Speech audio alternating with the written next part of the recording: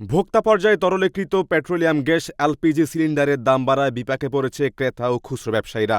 সরকার থেকে বর্তমানে ১১ কেজি সিলিন্ডারের দাম ৫৩ টাকা বাড়িয়ে ১,৩০৬ টাকা নির্ধারণ করা হলেও চট্টগ্রাম নগরীর খুচরা ব্যবসায়ীদের কাছ থেকে নিতে হচ্ছে চড়া দামে ২,০০০ টাকার উপরে। কতটা সত্য এবং কি হারে দামটা বেড়েছে? না, দাম তো অনেক বেড়েছে, কিন্তু আসলে ওনারা শুধু যারা ম্যাজিস্ট্রেট আসে এখানে, আমাদের এখানে ভ্রাম্যমাণ আদালত আসে, কিন্তু ওনারা এসে আমাদের পায়ে খুচরা দোকানের মধ্যে যেগুলো দেখতেছে, এসে দেখে দাম জাস্টিফাই করতে গিয়ে দেখে কি আমাদের দাম বাড়ছে, কিন্তু আসলে ওনারা দেখতেছে না যে যেখান থেকে আমরা কিনি ডিলাররা, ওনাদের থেকে দাম কত করতেছে, আমাদের থেকে কিনতে হচ্ছে বেশি দিয়ে, তাহলে আমরা বিক্রি করবো কিভাবে?